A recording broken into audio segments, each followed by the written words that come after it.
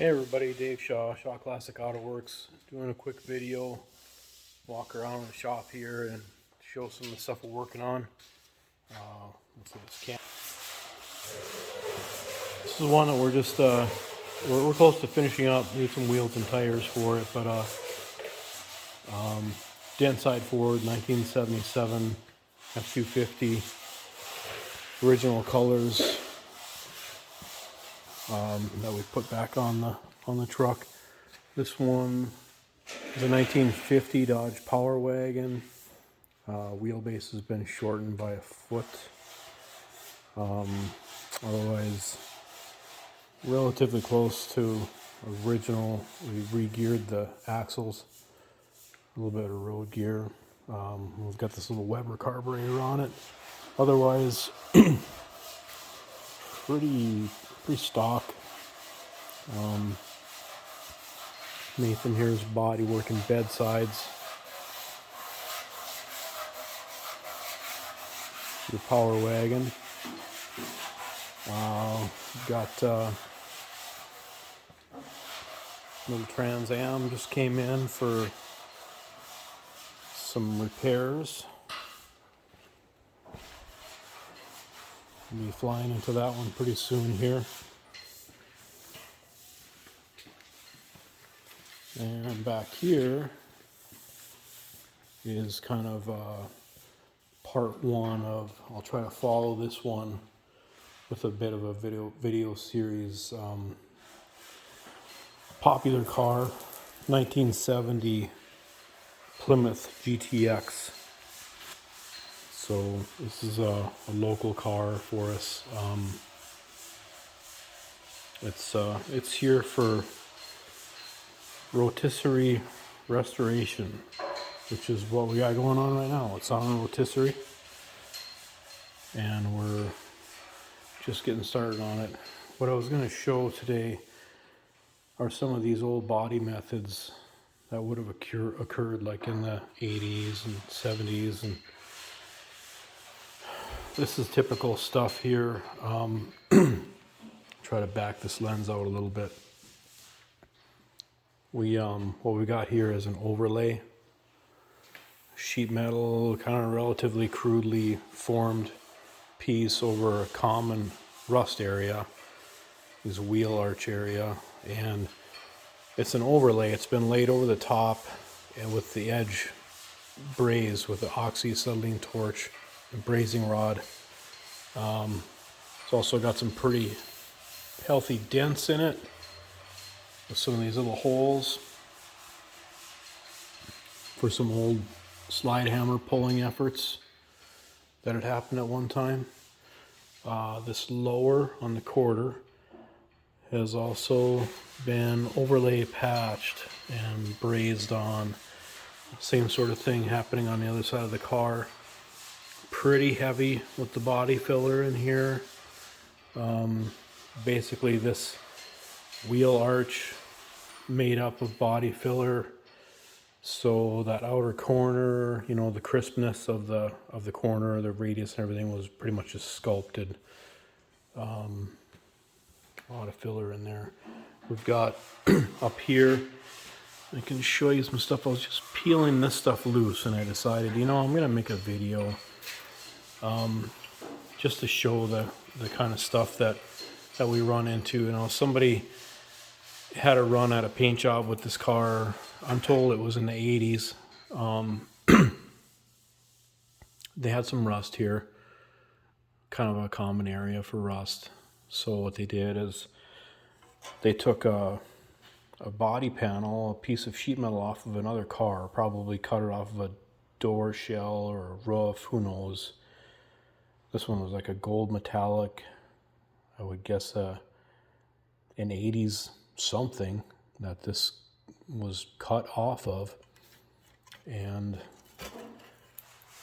this was placed over the top like a sheet metal band-aid, and then the edges were brazed, so it was, you know, concealing a problem that obviously continued to get worse This is the kind of thing that happens with these overlay patches. We're just sealing the stuff in, and things just get worse.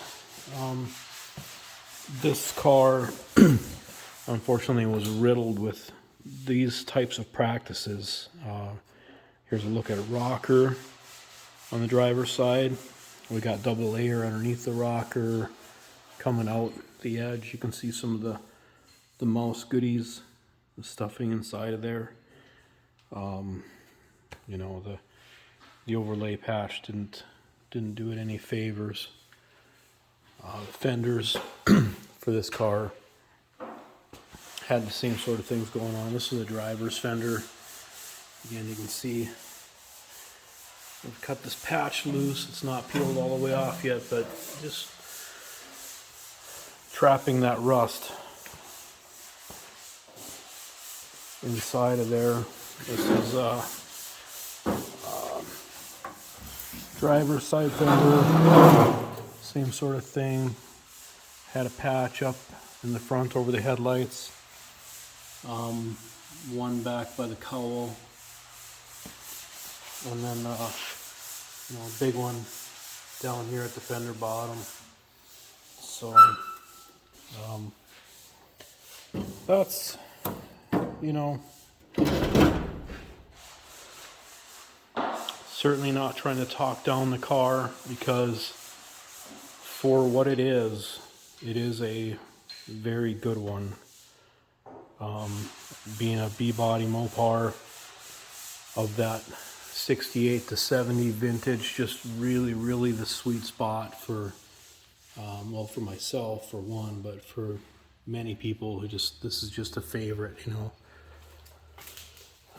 So they're just excellent cars. And this one, you know, it has a lot of the common problems, and they've been previously repaired in a lot of the common ways. So these are things that guys that are restoring their own B-bodies at home, they'll run into this stuff.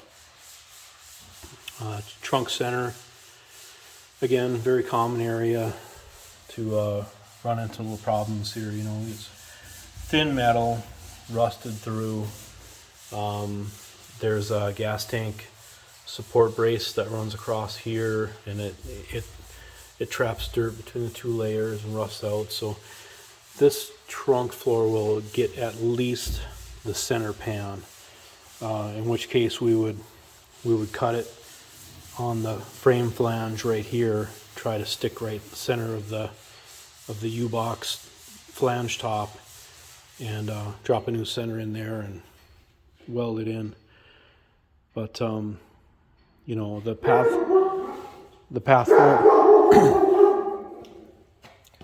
forward for this car is going to be pieces cut out and fit in like puzzle pieces, just line to line, butt weld, TIG welded, and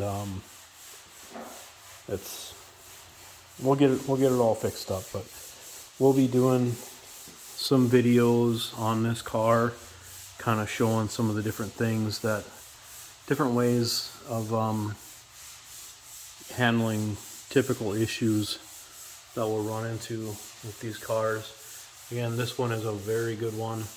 We don't have any structural issues. Our frame rails are really good in the back here, from the torque boxes back.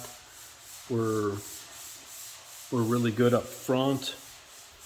The cross member that carries the torsion bars, really good shape. Inner rockers look great. The floors, for the most part, are very good. We've got a little bit in the toe board area on the driver's side that we'll be replacing, but really, as far as restoration candidate is, it would be really something to find a car as good as this one is. I would be very pleased myself if this car was mine. But so that's probably about it for today. This is basically GTX video 1, and we will try to update as we move forward with progress on the car, and cover some of the methods and some of the decisions that we're making with some of the common things that people have to deal with, even though they are kind of minor for this car. You know, like this rear window area has a couple issues, but they're really not bad.